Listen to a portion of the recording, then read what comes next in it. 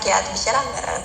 Saya Salma Zaidir, dan hari ini kita akan membahas topik yang sangat hangat nih. Akhir-akhir ini lagi booming, cerita tentang sian. Kita bisa bahas kayak siapa aja sih yang kena, terus kenapa efisiensi anggaran ini dilakukan. Untuk membahas ini kita udah sama 4 narasumber, yaitu ada Mas Said Kazinul Arkan, Mbak Sarah Dwi Wahyu Utami, dan Mas Hendy Ilham Hakim Syasri, dan juga Mbak Sadi Magfirah. Selamat pagi semuanya. Selamat pagi. Mbak. Assalamualaikum. Waalaikumsalam. Oke, kita mulai ya dari definisi. Pertama aku mau nanya dulu nih sama Mas Said. Menurut Mas Said nih, apa sih efisiensi anggaran itu? Apakah cuma soal hemat-hemat anggaran kah ini? Baik Mbak, terima kasih Mbak atas pertanyaan. Ya, sesuai waktu.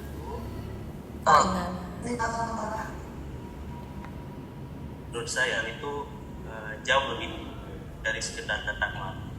Nah, di sini berbicara masalah optimalisasi belanja. Apa sih itu? Bagaimana kita bisa mencapai target pembangunan atau program-program lain untuk kesejahteraan masyarakat dengan biaya yang paling efektif dan efisien.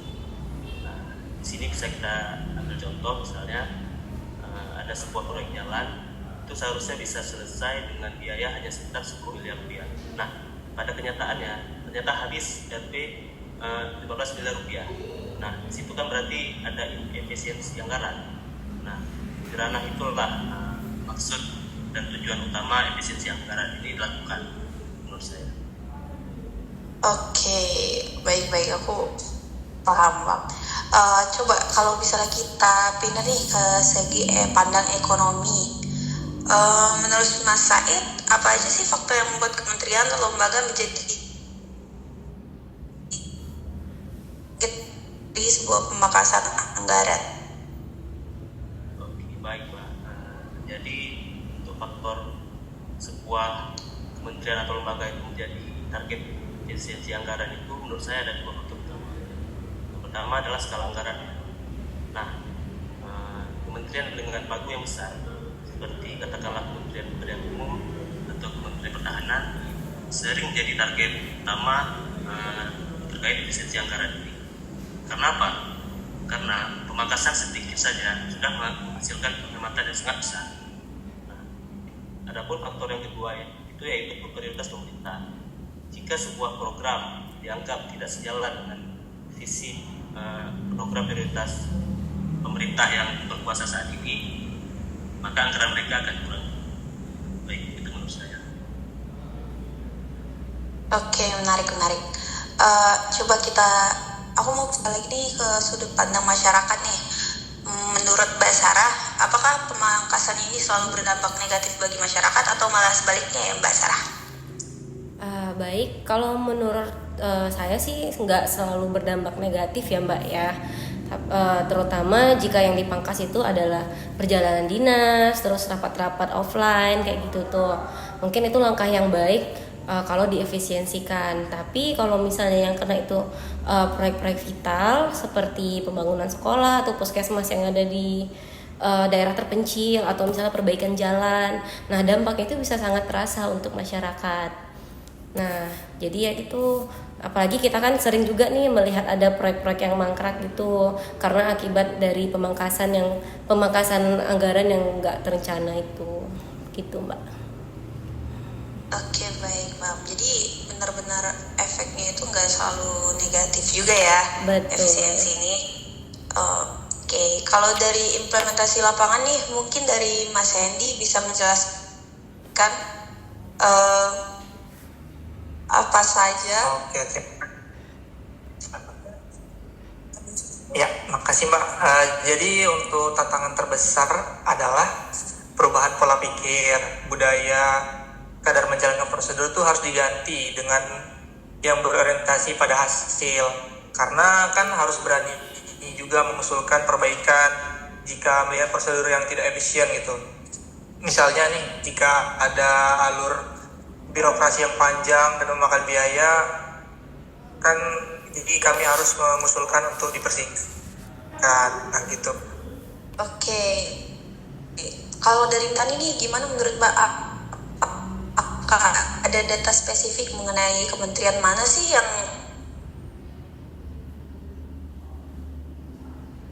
Iya Mbak, tentu aja ada. Ada pemangkasan secara nominal dan persentase. Secara nominal, kementerian dengan pagu anggaran besar itu seperti Kementerian PU hampir selalu menjadi target pemangkasan. Kementerian PU dipangkas sebesar 81,38 T dari pagu awalnya itu 110,95 T. Ini menandakan pemangkasan ini hingga 73,34%. Nah, di lain sisi, untuk pemangkasan secara persentase itu ada di IKN, itu dipangkas sebesar 75,2%. Gitu Mbak. Oke, jadi pemangkasan ini nggak pandang ya, mau dipangkas di cek mana saja. Apa sih yang bisa kita lakukan untuk memastikan dapat terima? Baik Mbak, terima kasih Mbak. Mungkin di pemerintahan ya, dan sebagai generasi muda juga, menurut saya hal yang pertama yang harus kita lakukan adalah pahami kebijakan dan prioritas. Nah, bagaimana itu?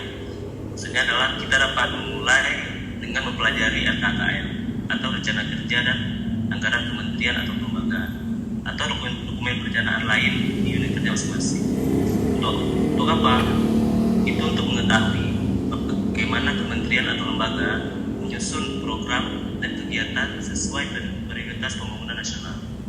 Nah, hal lain yang dapat kita lakukan adalah kita harus beralih ke sistem anggaran yang lebih berorientasi pada hasil dan kinerja. Bukan hanya sekedar mindsetnya itu serapan, menghabiskan uang. Nah, kita harus beralih dari pola pikir itu menurut saya. Program yang tidak berdampak bisa dihapus atau digabungkan. Itu menurut saya.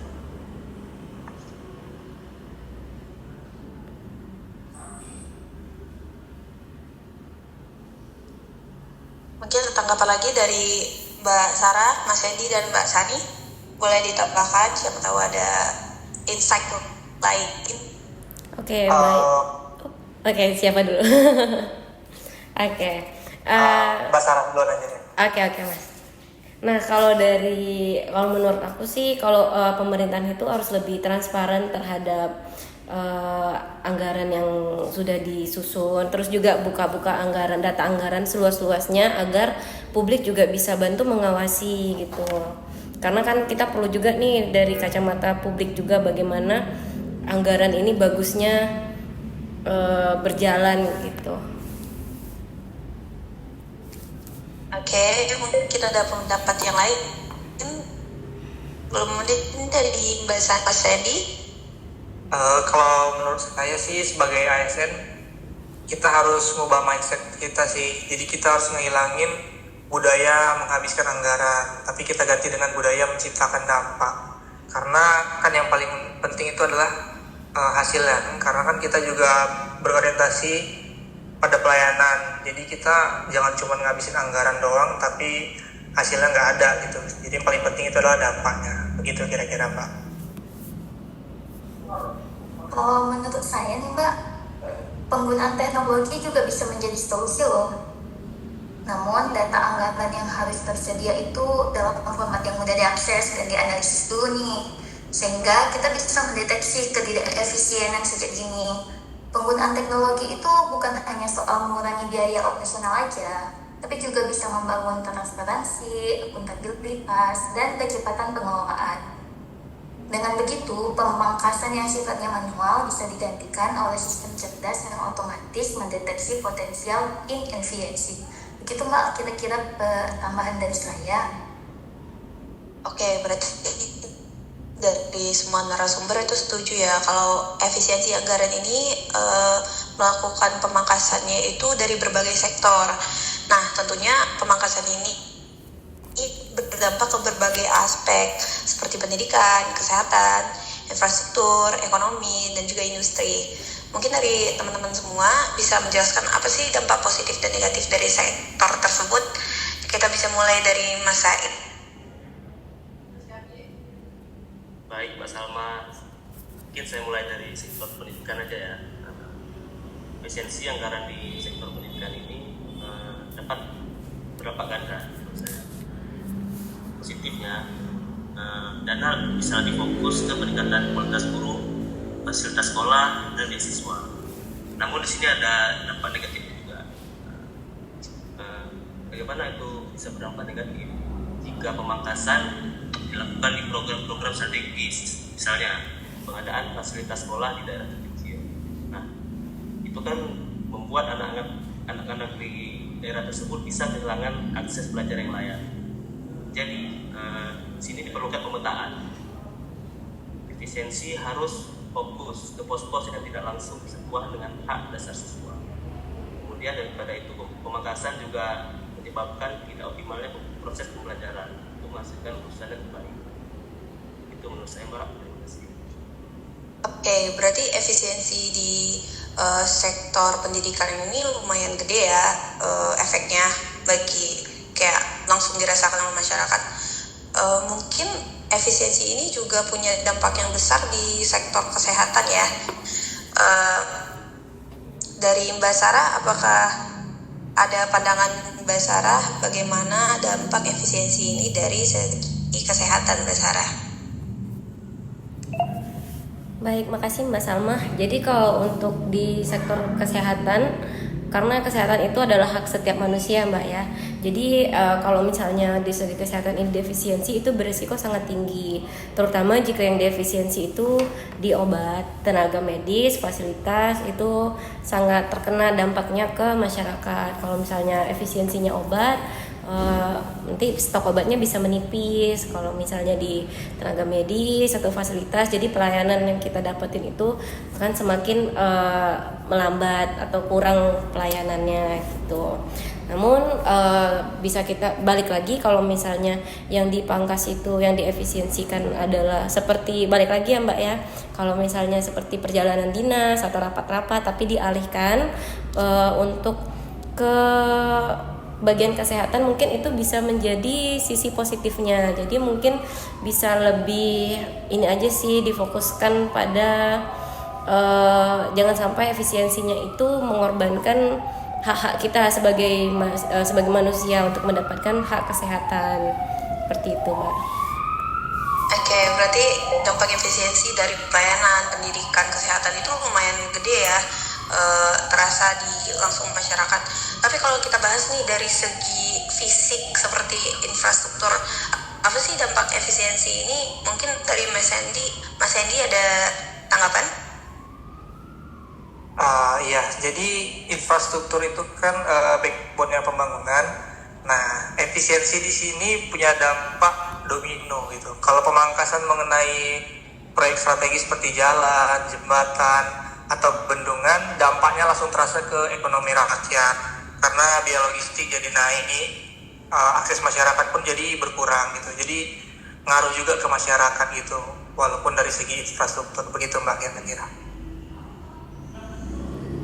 Oke, berarti tadi kita ada bahas sedikit tentang logistik ya. Logistik ini kan ada hubungan eratnya dengan sektor ekonomi industri ya. Mungkin kita bisa bahas juga dampak dari efisiensi terhadap ekonomi industri. Apanya?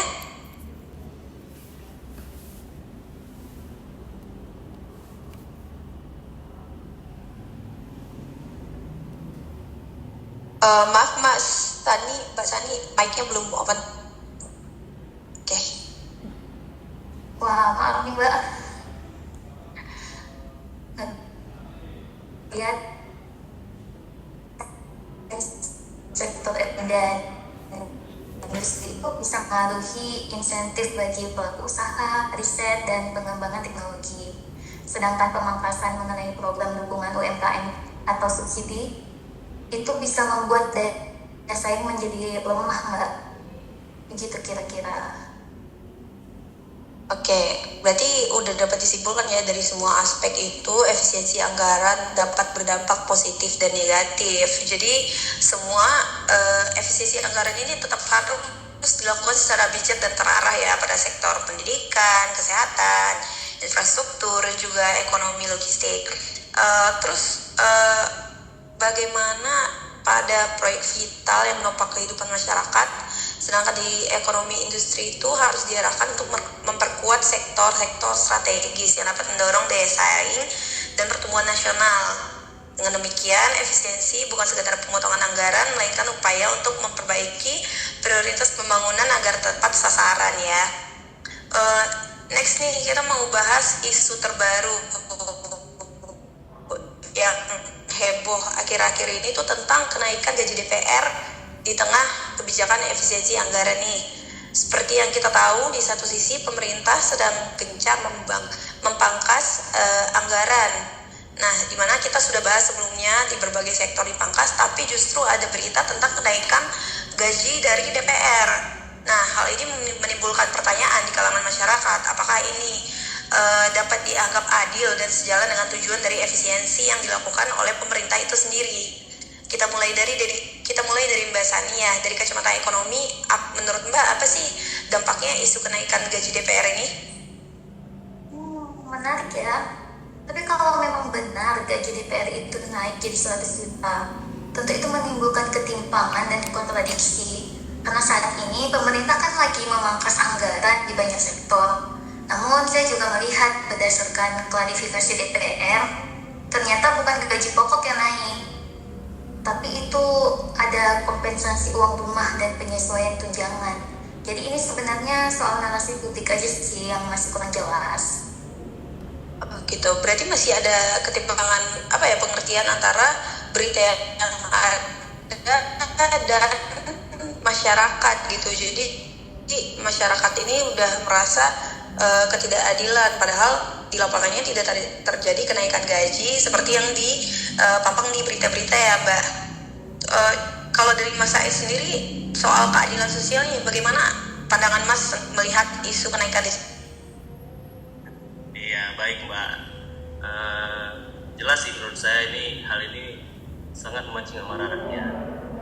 Kenaikan aja di saat kebutuhan pokok rakyat masih kesulitan, biaya sekolah, biaya kesehatan juga belum terjamin. Tiba-tiba muncul ini kabar gaji DPR yang naik, katanya naik 1 juta gitu ya. Walaupun ternyata setelah diklarifikasi itu hanya berupa tunjangan, namun menurut saya itu kurang tepat disampaikan ke publik gitu kalau masa-masa sekarang ya, terutama di masa-masa efisiensi anggaran ini. Tetap saja itu menjadi simbol ketidakadilan. Publik pasti merasa bahwa rakyat tidak peka terhadap situasi sekarang. Iya, tentu situasi ini benar-benar memancing kemarahan publik ya Mas Said ya. Jadi kita bisa masyarakat tuh sering banget generalisasi semua birokrat tuh sama aja gitu. Nah, kita nih sebagai CPNS bagaimana ya, kita bisa nggak sih membangun citra positif birokrasi di tengah isu kontroversial seperti ini? Mungkin dari Mas Sandy bisa memberikan tanggapan. Ya Mbak, jadi emang ya kadang-kadang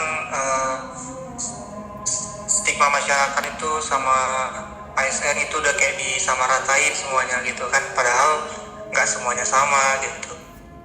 Jadi untuk mengatasinya sebagai CPNS ya harus menjadi contoh nyata lah gitu kan, dengan memberikan pelayanan yang cepat, transparan, dan tanpa pungutan liar. Kami juga harus aktif berinteraksi dengan masyarakat, mendengarkan keluhan-keluhan mereka dan mencari solusinya. Dan juga harus nunjukin bahwa kami itu ada untuk melayani, bukan untuk dilayani.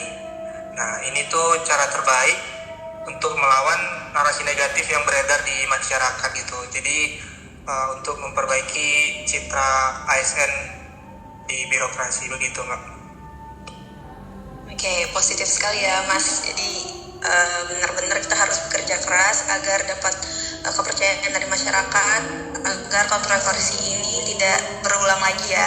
Kita sebagai calon ASN, untuk menjelaskan ketimpangan ini di isu kenaikan gaji DPR ini, ada data-data yang bisa kita berikan ke masyarakat yang menonton podcast ini. Mungkin ada sedikit pencerahan biar tidak samaan pola pikir ini bisa hilang di masyarakat. Mungkin dari Mbak Sarah ada datanya yang bisa menjelaskan kepada masyarakat. Oke, baik Mbak, terima kasih. Jadi kalau berdasarkan data yang ada, itu kan kalau dari gaji pokok DPR itu sebenarnya tetap di angka 6,5 juta per bulan. Yang mengalami kenaikan itu ada beberapa tunjangan. Misalnya contohnya itu ada tunjangan beras yang awal dari 10 juta jadi 12 juta. Terus ada tunjangan bensin yang awalnya dari 4 sampai 5 juta sekarang jadi 7 juta. Nah, isu 100 juta itu muncul karena ada tambahan kompensasi uang rumah. Kenapa ada kompensasi uang rumah itu? Karena mengganti fasilitas rumah jabatan. Jadi anggota DPR ini tidak lagi mendapatkan fasilitas rumah jabatan. Jadi total penerimaan itu bisa terbesar, padahal sifatnya bukan gaji pokok, melainkan tunjangan yang dihitung sekaligus. Seperti itu, Mbak. Oke, berarti sudah jelas ya di sini kalau isu kenaikan gaji DPR 100 juta itu kurang tepat banget disebut kenaikan gaji. Malah fakta di lapangannya ada penyesuaian tunjangan dan kompensasi rumah. Namun isu ini tetap jadi pelajaran penting soal pentingnya transparansi dari sensitivitas. Topik kita itu bisa dibahas sampai di sini. Luar biasa banget ya diskusi kita, sangat mencerahkan, sangat memberi pandangan-pandangan baru terhadap isu efisiensi anggaran ini. Jadi intinya itu pemangkasan anggaran bukan sekedar angka, tapi cerminan dari prioritas dan efektivitas sebuah pemerintahan. Saya ucapkan terima kasih kepada Mas Said, Mbak Sarah, Mas Hendy, dan Mbak Sani atas wawasan yang luar biasa. Mungkin sekian, sampai jumpa di lain waktu dan topik yang lebih menarik. Selamat pagi semuanya. Pagi, Mbak. Terima kasih Mbak.